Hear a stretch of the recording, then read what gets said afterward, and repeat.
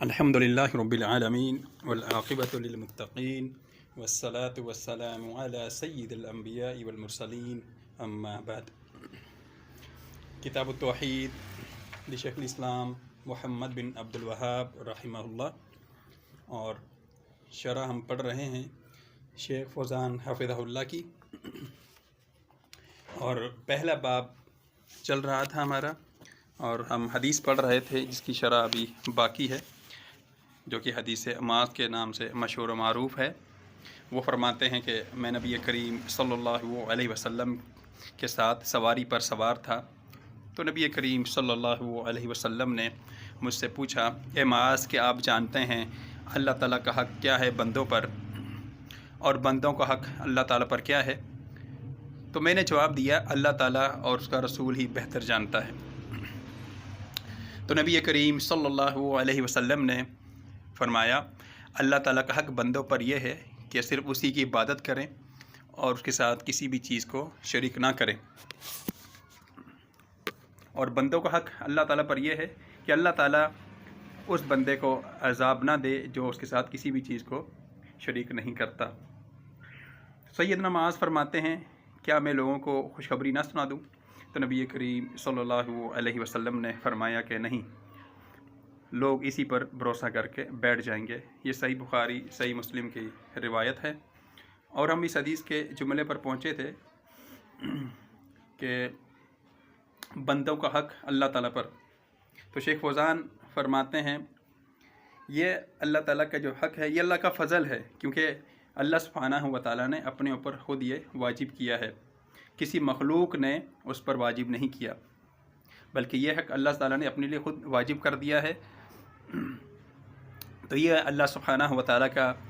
اپنی مخلوق پر فضل ہے، کرم ہے، جس کی وہ مخالفت نہیں کرتا، کیونکہ اللہ تعالیٰ نے فرمایا، وعد اللہ لا یخلف اللہ وعدہ، کہ اللہ تعالیٰ کا وعدہ ہے اور اللہ سبحانہ و تعالیٰ اپنے وعدے کے خلاف نہیں کرتا۔ پھر اگلے جملے کے تعلق سے شیخ فوزان فرماتے ہیں کہ جو حدیث میں ہے کہ اللہ تعالیٰ اس بندے کو عذاب نہیں دے گا جو اللہ کے ساتھ کسی بھی چیز کو شریک نہیں کرتا، تو شیخ صاحب فرماتے ہیں یہ جملہ اس بات پر دلالت کرتا ہے کہ جو بندہ شرک اکبر اور شرک اصغر سے بچ گیا تو وہ عذاب سے بھی بچ جائے گا۔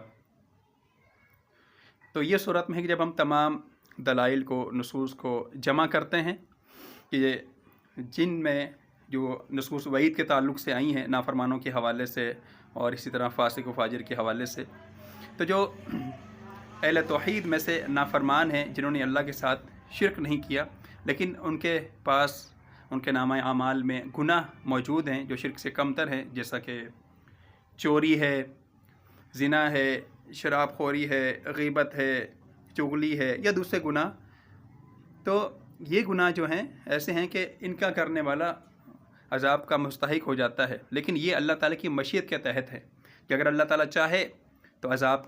کے علاوہ ہی ان کو معاف کر دے اور انہیں جنت میں داخل کر دے،